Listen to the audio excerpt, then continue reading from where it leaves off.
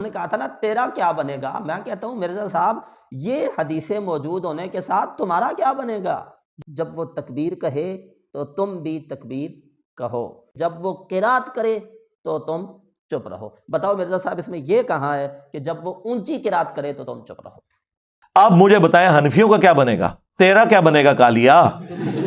تو نے تو کہانی کرائی تھی وَإِذَا قُرِئَ الْقُرْآنُ فَاسْتَمِعُوا لَهُ کہ جب قرآن پڑھا جائے تو اس کو غور سے سنو اور خاموش ہو جاؤ۔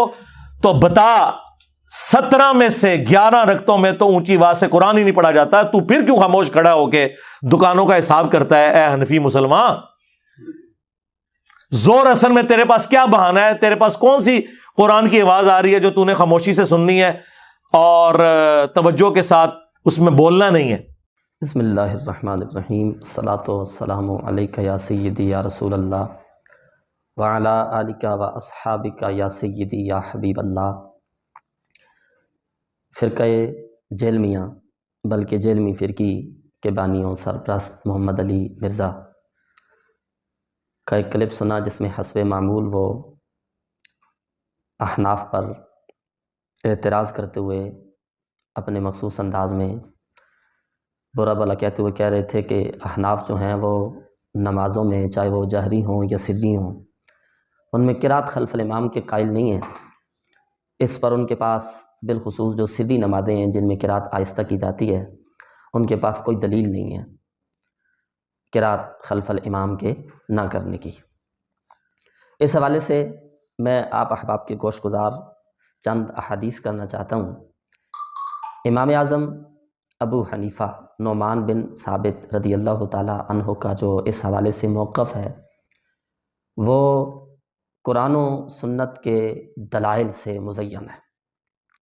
آپ کا موقف یہ ہے کہ امام کے پیچھے چاہے وہ جہری نماز ہو چاہے سری نماز ہو، یعنی امام اس میں اونچی قرات کر رہا ہو یا آہستہ قرات کر رہا ہو، امام کے پیچھے مقتدی کو قرات کرنی جائز نہیں ہے، یعنی قرآن مجید پڑھنا جائز نہیں ہے، چاہے وہ پہلی 2 رکعتیں ہوں یا 4 رکعت والی نماز میں آخری رکعت ہو، آخری 2 رکعتیں ہوں، قرات کسی رکعت میں بھی کرنی جائز نہیں ہے۔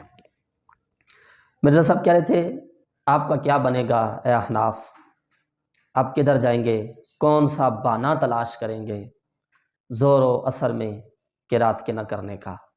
حضرت جی ہم بہانہ نہیں تلاش کرتے، ہم قرآن کی آیت پیش کرتے ہیں، ہم نبی کریم صلی اللہ علیہ وسلم کی احادیث، رسول اللہ صلی اللہ علیہ وسلم کے فرمان پیش کرتے ہیں۔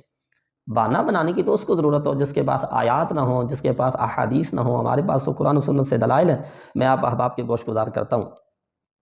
اچھا مرزا صاحب بے باک آدمی ہیں اور بے لگام آدمی ہیں، یہ کہہ دیا کہ احناف نے کہانی کرائی ہوئی ہے وَإِذَا قُرِئَ الْقُرْآنُ فَاسْتَمِعُوا لَهُ وَأَنصِتُوا لَعَلَّكُمْ تُرْحَمُونَ۔ اس آیت کو پڑھ کے کہا احناف نے یہ کہانی کرائی ہوئی ہے کہ امام کے پیچھے قرات نہیں کرنی چاہیے، قرآن کو بھی کہانی کہہ رہے ہو۔ پہلے میں سمجھتا تھا بھئی یہ بزرگان دین کے اقوال کو کہانی کہتا ہے، اب یہ سنا تو پتہ چلا کہ اس کے نزدیک معاذ اللہ نقل کفر نباشد قرآن میں بھی کہانی ہے۔ بھئی یہ قرآن مجید کی آیت ہے، یہ احناف کی پہلی دلیل ہے قرات خلف الامام کے عدم جواز کی۔ آپ الفاظ پہ غور کر لیں، اللہ نے فرمایا وَإِذَا قُرِئَ الْقُرْآنُ، یہ سورہ اعراف کی آیت نمبر 204 ہے۔ اللہ فرماتا ہے اذا قُرِئَ الْقُرْآنُ، جب قرآن پڑھا جائے، فَاسْتَمِعُوا لَهُ، تو اسے غور سے سنو، وَأَنصِتُوا، اور چپ رہو، خاموش رہو، لَعَلَّكُمْ تُرْحَمُونَ، تاکہ تم پہ رحم کیا جائے۔ اس آیت میں واضح لفظوں میں کہا جا رہا ہے کہ جب قرآن مجید پڑھا جائے تو غور سے سنو اور چپ رہو۔ مرزا صاحب اس پر یہ کہتے ہیں جی کہ اس میں جہری نماز میں تو قرآن سنا جائے گا تو اس پہ عمل کیا جا رہا ہے، لیکن سری نماز میں تو سنا نہیں جا رہا، تو لہٰذا اس آیت پہ عمل نہیں ہو رہا۔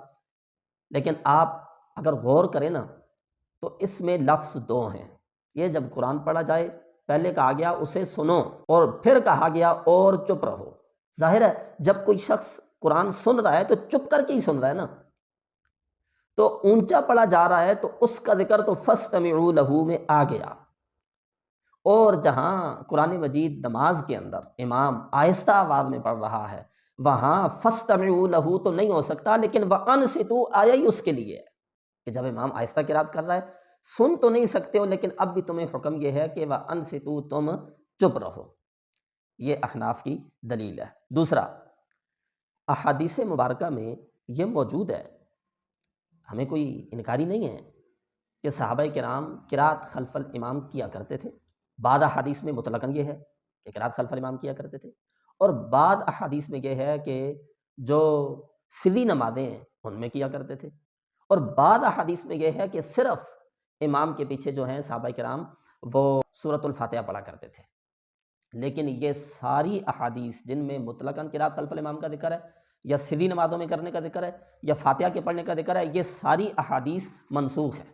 ان کی ناسخ احادیث جن حدیثوں سے یہ منسوخ ہیں وہ میں آپ احباب کے سامنے رکھتا ہوں، اور ان میں مطلقاً قرات کے نہ کرنے کا ذکر ہے۔ کچھ احادیث میں آپ کے سامنے وہ رکھوں گا جن میں مطلقاً عدم قرات کا ذکر ہے، اور کچھ میں وضاحت کے ساتھ ہے کہ صحابہ کرام سے ہے کہ ہم قرات جہری نمازوں میں بھی اور سری نمازوں میں بھی نہیں کیا کرتے تھے، اور بعض احادیث میں یہ ہے کہ پہلے کرتے تھے اور پھر رک گئے۔ یہ مسلم شریف کی حدیث نمبر 904 اور 905 کا خلاصہ ہے۔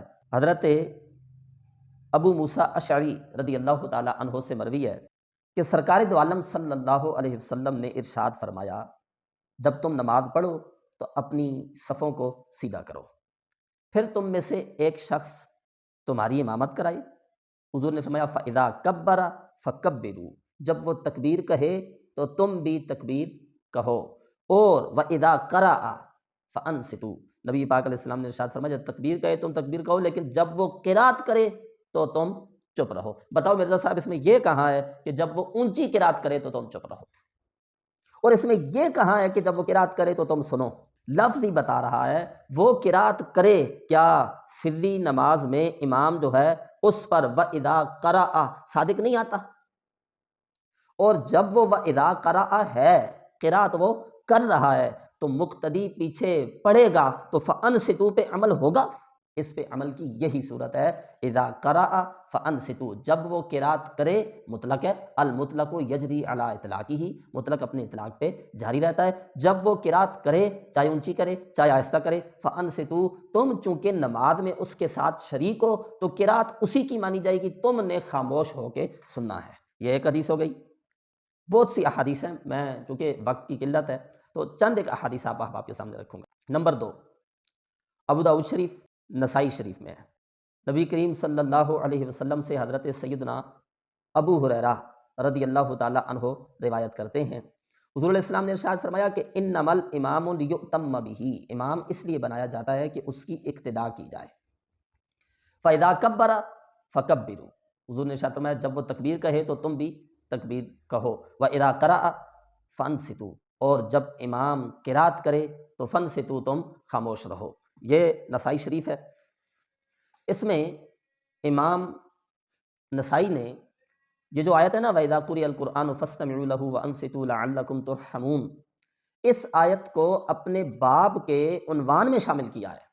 باب یہ باندھا تاویل قولہ عز وجل وَإِذَا قُرِئَ الْقُرْآنُ فَاسْتَمِعُوا لَهُ وَأَنصِتُوا لَعَلَّكُمْ تُرْحَمُونَ، یہ جو اللہ تعالیٰ کا فرمان ہے، یہ جو آیت ہے، اس اللہ کے فرمان کی تعویل یعنی اس کا معنی آگے یہ پھر حدیث نقل کی جو میں نے آپ احباب کے سامنے پڑھی، یہ نسائی شریف کی حدیث نمبر 921 ہے۔ حضرت ابو ہریرہ، نبی پاک علیہ السلام نے فرمایا امام اس لیے بنایا جاتا ہے کہ اس کی اقتداء کی جائے، جب وہ تکبیر کہے تم بھی تکبیر کہو، اور جب وہ قرات کرے فانصتوا تو تم خاموش رہو، اور جب وہ سمع اللہ لمن حمدہ کہے فقولوا اللہم ربنا ولک الحمد تو تم اللہم ربنا ولک الحمد کہو۔